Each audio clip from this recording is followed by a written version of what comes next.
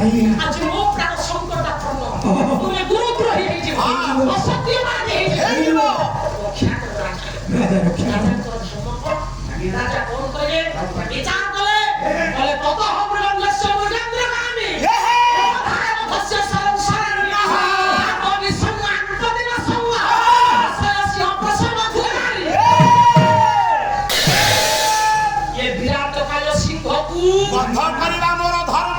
ପ୍ରବୋଧାବଧସ୍ୟ ସରଂ ଶରଣ୍ୟଃ କାହିଁକି ଆମ ପଥା ଦେଇ ଆସିଛି ଗୁରୁଙ୍କ ନିକଟରେ ମାନବୀର ପ୍ରାଣକୁ ରକ୍ଷା କରିବ ଏ କଥାକୁ ଚିନ୍ତା କରି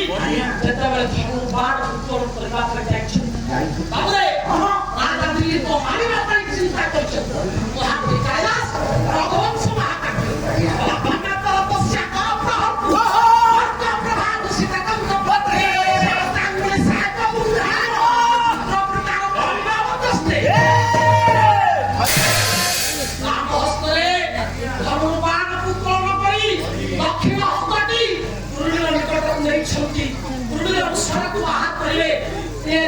ସଂଯୋଗୀକରଣ କରିବେ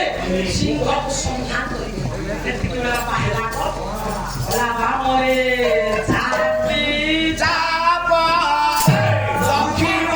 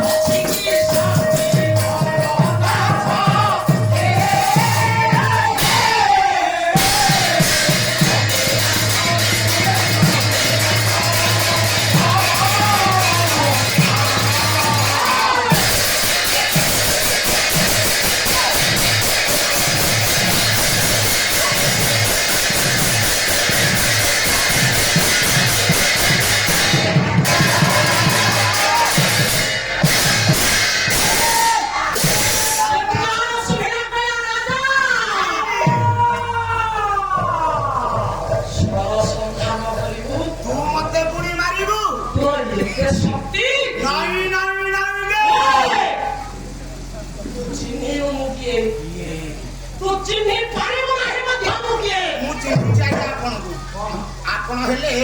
ଗାୟିକା ଜ୍ଞାନଶ୍ରୀ ଶ୍ରଦ୍ଧାଞ୍ଜଳି ବଳବନ୍ତ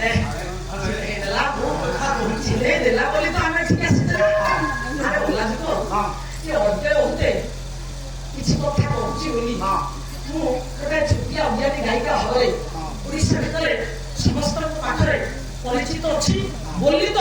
ତମେ ମାନେ ଏତେ ବାଟ ପରିଶ୍ରମ କରି ଏ ସ୍ଥାନରେ ପହଞ୍ଚିଛ ତମକୁ କିଏ ଚିହ୍ନିଛି ମତେ ପଢା ଦିଆଗଲା ନିମନ୍ତ୍ରଣ କରାଗଲା ଆମେ ମୁଁ ଆସିଲି ବୋଲି ତମେ ସିନା ମୋ ପଛରେ 5 ଜଣ ଓଳେଇଲ ଆମକୁ କେହି ଚିହ୍ନି ନାହାନ୍ତି ମତେ ଚିହ୍ନି ନାହାନ୍ତି ଯୋଉ ପେଣ୍ଡାଲ ଅନୁଷ୍ଠାନରେ ଦଉଛନ୍ତି 100 ଡବା 100 ଛୁଞ୍ଚିରେ ଗୋଟେ ଦାଗ ଦେଲା ବୁଝିଲି 100 ଡବା ଲାଇନ ହେଇଥିଲା ହେଇଥିବ ଇଞ୍ଜିନଟି ନ ଲାଗିଲେ ସେ କେବେ ଗଲାଣି ତେଣୁକରି ସେଟାକୁ ଇଏ ଡବା ଗୁଡ଼ିକ ଧାଡୁ ଧାଡୁରେ ଖାଣ୍ଟି ଓଡ଼ିଆରେ କହିଲେ ଆମେ ଜାଣିଛୁ ତମେ 1,00,000 ଟଙ୍କାର ଗାଡି ହେଇପାର ଆମେ 5 ଟଙ୍କାର ସାଇକେଲ ଭଲ ଟୁପି ଆଚ୍ଛା ସାରେ ଭଲ ଟୁପିନି ନଥିଲେ ଗାଡି ଚକା ଗଡିବ ଭଲ ଟୁପିନି ଆଉ ସେଦିନ ଚିତ୍କାର କଲା କେଶରା ସିଂହ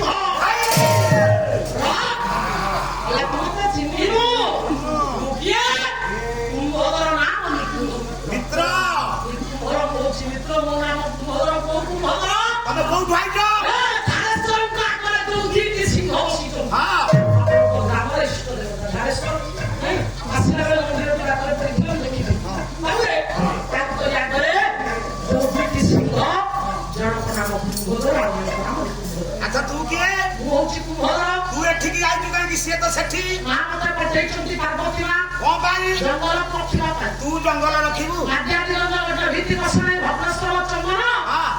ଜଙ୍ଗଲରେ ଗ୍ରହର ଜଳ ଭିତରେ ସ୍ଫୁରତା ବିଚିବି ଇଏ ରଘୁ ଭଳି ଆପଣଙ୍କ ପାଇଁ ସମର୍ପଣ ସେବା କାର୍ଯ୍ୟ ଦେବା ପରେ କିମ୍ବା ଅସାଧ୍ୟ କରିପାରେ ସମର୍ପଣ ଭାବ ପ୍ରଥମେ ଅନ୍ତରରେ ଜାଗରିତ କରନ୍ତୁ ତାପରେ କାର୍ଯ୍ୟରତ ଜୀବନ ଆଗକୁ ନିଅନ୍ତୁ। ଏହା ହେଉଛି ଆଜିର ଶିକ୍ଷା। ତେଣୁକରି ଏହାପରେ ଆପଣମାନଙ୍କର ସତର୍କତା ରଘୁଙ୍କର କୀର୍ତ୍ତି